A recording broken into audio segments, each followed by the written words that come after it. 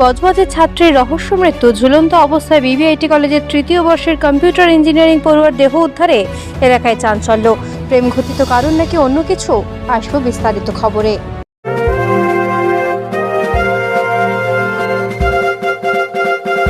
তেরা পোশাকের ঠিকানা তো একটাই, রামকৃষ্ণের 1 থেকে 4 তলাটায়।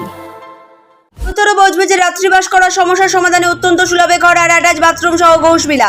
বিভিন্ন অনুষ্ঠানে ব্যাংকুয়েট হল ভাড়া দেওয়া হয়। যোগাযোগ 9231433706। বজবজে এক ছাত্রের মৃত্যুকে কেন্দ্র করে রহস্য ঘনীভূত হয়েছে। বেসরকারি ইঞ্জিনিয়ারিং কলেজ বিবিআইটির কম্পিউটার সায়েন্স অ্যান্ড ইঞ্জিনিয়ারিং বিভাগের তৃতীয় বর্ষের ছাত্রী আনুমানিক 22 বছর বয়সের দীপা পাইলের দেহ কলেজ ক্যাম্পাসের বাইরে এক বেসরকারি হোস্টেলের ঘরে আজ দুপুরে উদ্ধার করা হয়। মৃত ছাত্রী তার মায়ের সাথে যে ঘরে থাকতেন সেই ঘরে গলায় দড়ি দিয়ে ঝুলন্ত অবস্থায় তাকে পাওয়া যায়। অন্য আবাসিকদের পক্ষ থেকে কলেজ কর্তৃপক্ষকে এবং পুলিশকে খবর দেওয়া হয়। পুলিশ এসে দেহ উদ্ধার করে।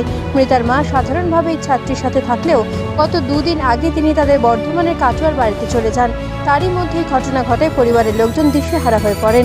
মেয়েটির একজনের সাথে প্রেমের সম্পর্ক ছিল বলে জানা গেছে, যদিও সেই সম্পর্কে দুই বাড়িরই মত ছিল বলেই সূত্রের খবর।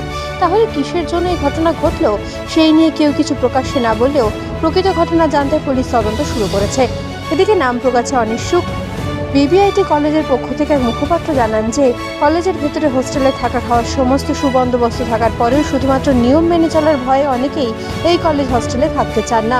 কোনো নিয়ম নীতি ও নিরাপত্তার ব্যবস্থা না থাকা বেসরকারি মেসে থাকার বিষয়ে তিনি পুলিশ প্রশাসনকে কঠোর হওয়ার অনুরোধ করেন।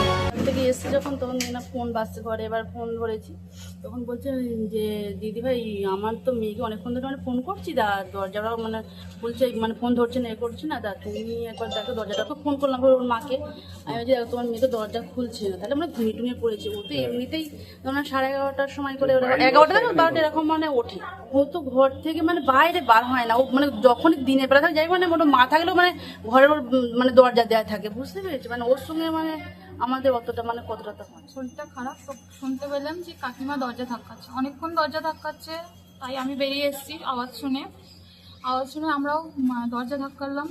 জানালা প্রচণ্ড জোরে জোরে আওয়াজ করছি কিন্তু সাড়া দিচ্ছে না। এদিকে ওর মা ফোন করে যাচ্ছে কন্টিনিউ, তারপরেও কিছু হলো না। ওর সারা শব্দ পাচ্ছি না, এদিকে শুনতে পাচ্ছি যে ওর ফোন বাজছে, ওর মা কন্টিনিউ ফোন করছে, ওর ফোন আসছে, আমরা বাইরে থেকে শুনতে পাচ্ছি।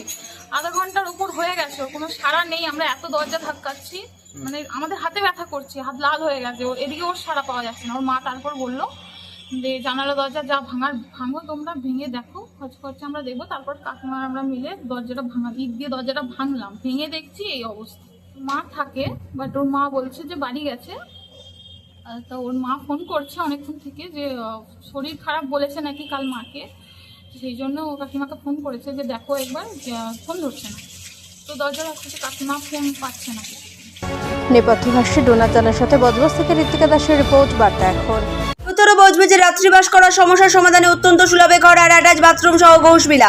বিভিন্ন অনুষ্ঠানে ব্যাংকুয়েট হল ভাড়া দেওয়া হয়। যোগাযোগ 9231433706।